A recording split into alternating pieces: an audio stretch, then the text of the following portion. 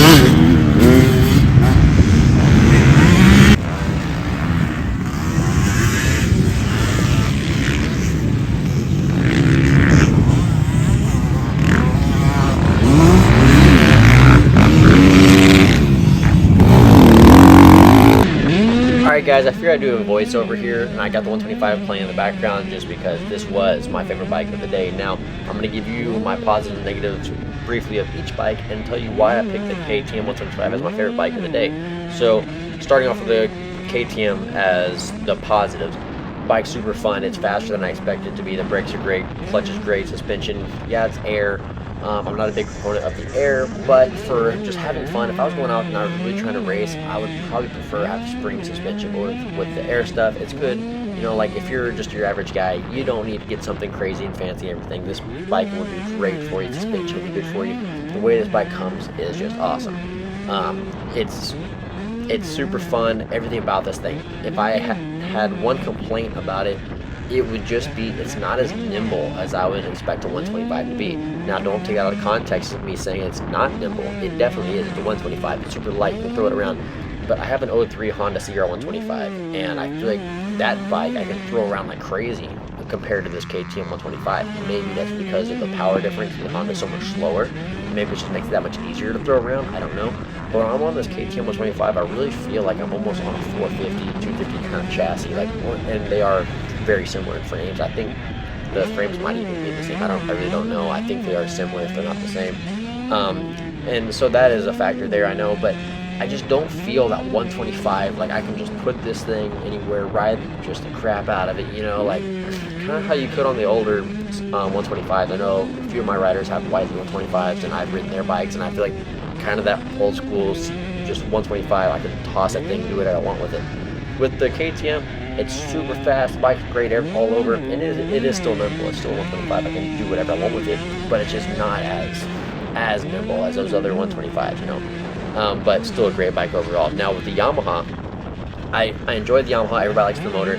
I feel like the cockpit of that bike is just really small and tight. I feel like, and I didn't adjust it, I just rode it straight out of the box how it came. That's what I really wanted to review for you guys. And I feel like if I were to do a more in-depth video, which I might end up doing, so I'll hit the notification bell just in case I do end up getting to do that for you guys. I feel like if I were to put the bars in the forward position, if I could lower the pegs and maybe raise the seat, get a taller seat. I don't know. I just really felt kind of cramped in it. It didn't seem to fit my style just because of the way I ride the bike. I like being more on the bike. So I don't know. I felt like I was just kind of like into the bike a lot, kind of old school feeling. And the pegs, I felt like my knees were super high. I feel like if I could lower the pegs, maybe. I don't know, but it was a super fun bike. I would like to have a little more over rev in the motor just to ride the bike a little bit further in the RPM range. But overall, the bike corner is good. It's super planted, and it's super stable. Straight line stability is awesome. It doesn't skip out bad or anything. I feel like it gets a little bit of seesaw teeter-totter action. I said that in my Suzuki versus Yamaha video. I'll leave the card up right here so you can see that, in case you're interested in seeing how the Yamaha and Suzuki stack up against each other in stock trim. Now, moving into the Husqvarna 450, the bike, it's deceivingly fast because it's such a quiet bike. It's crazy. It even has the FMF on it, and that thing is just like so quiet compared to my Cowie 450. And I got the PC pipe on there, which is a very loud system. But man, like I was on the gas, I feel like I was just going so slow just because of how quiet that bike is. So it's kind of crazy how quiet that engine is on that Husky 450. But a downside I have on the thing is the plastics just seem so stiff. I feel like I can't squeeze the bike. It's like when I squeeze it, it's like the plastics don't give. I feel like I just don't get the grip I do on other brands of bikes. All the Jap bikes, I feel like just you get more grip. Even on the KTM, I feel like the plastics just give a little bit better. So that's my biggest complaint with the Husky. Otherwise, I think it's great. You know, the levers feel good, suspension, everything about the bike just feels awesome. So I do like the bike. It's just not plastic-wise, doesn't give enough for me. But that's all I got for you guys. So I got more videos coming out. I got my RM 250 YouTube build will be my next 2 videos. I'm about to do a first impression ride on that thing, so hit the notification bell, please subscribe, tell your friends, leave a comment. I don't care if it's an emoji, it doesn't matter. Hit the like button. I'll see you guys on the next ones. Thanks.